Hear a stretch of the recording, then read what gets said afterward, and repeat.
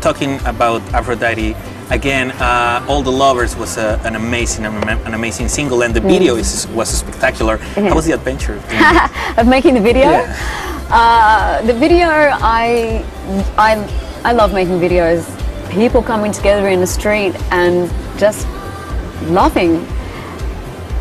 I think it turned out great because it wasn't just salacious, or it wasn't kind of, I think it was beautiful. Yeah, real aesthetic.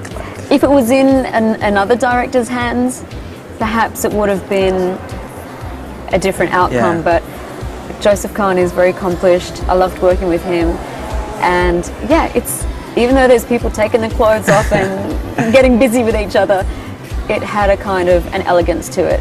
Totally agree. Now, during your whole career, the gay community has supported you a lot. What could be the most important thing that you have learned from them?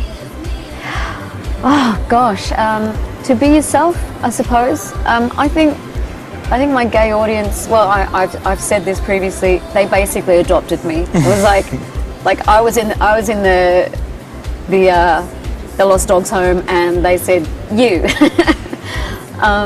And I had never really made any definition between straight audience, gay audience. My audience was my audience. But then my gay audience really kind of took me to their bosom and started doing KYLIE nights, doing drag shows.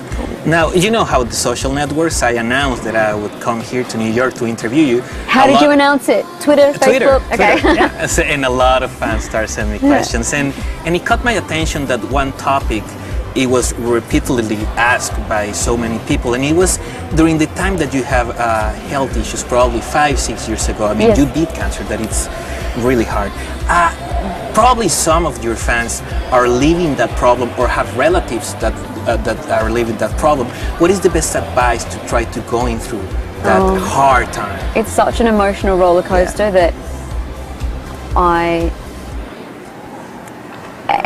it's hard to give advice in a nice, neat little sentence, but be selfish, be a little bit selfish, because I'm not like that. I like to do things myself, and I have an amazing team of people working for me all the time, but I'm always thinking about them as well. And I think in that situation you need to let others take care of you, and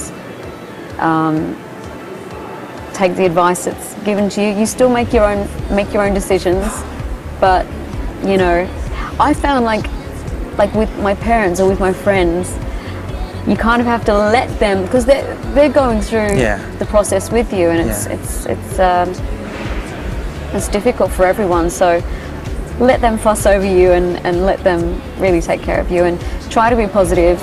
During the recovery time, I guess that you had a lot of time with yourself. Yeah.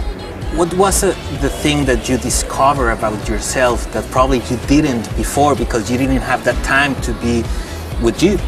That's a really good question, because I did spend a lot of time unable to do what I had taken for granted from my whole life. I guess one of the reassuring things that came to light is that what I wanted to do was get back on stage and finish my goddamn tour.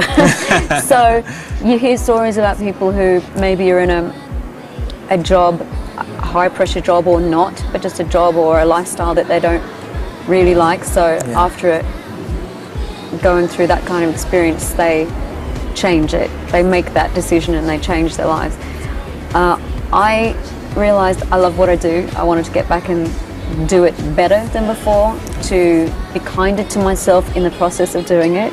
I learned that I'm pretty tough. I think, like small but strong, and I actually recognized character from my mom and from my grandma, which was really a beautiful thing, because I think that if I can grow up to be like my mother or my grandmother, then I've won, because I hold them in such high regard.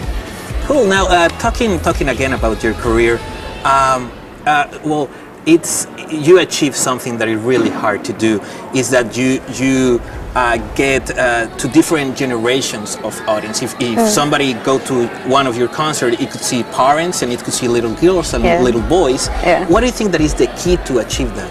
I don't know, there's amazing demographics at my show. You have moms, dads, grandmas, kids, drag queens, I mean, you name it.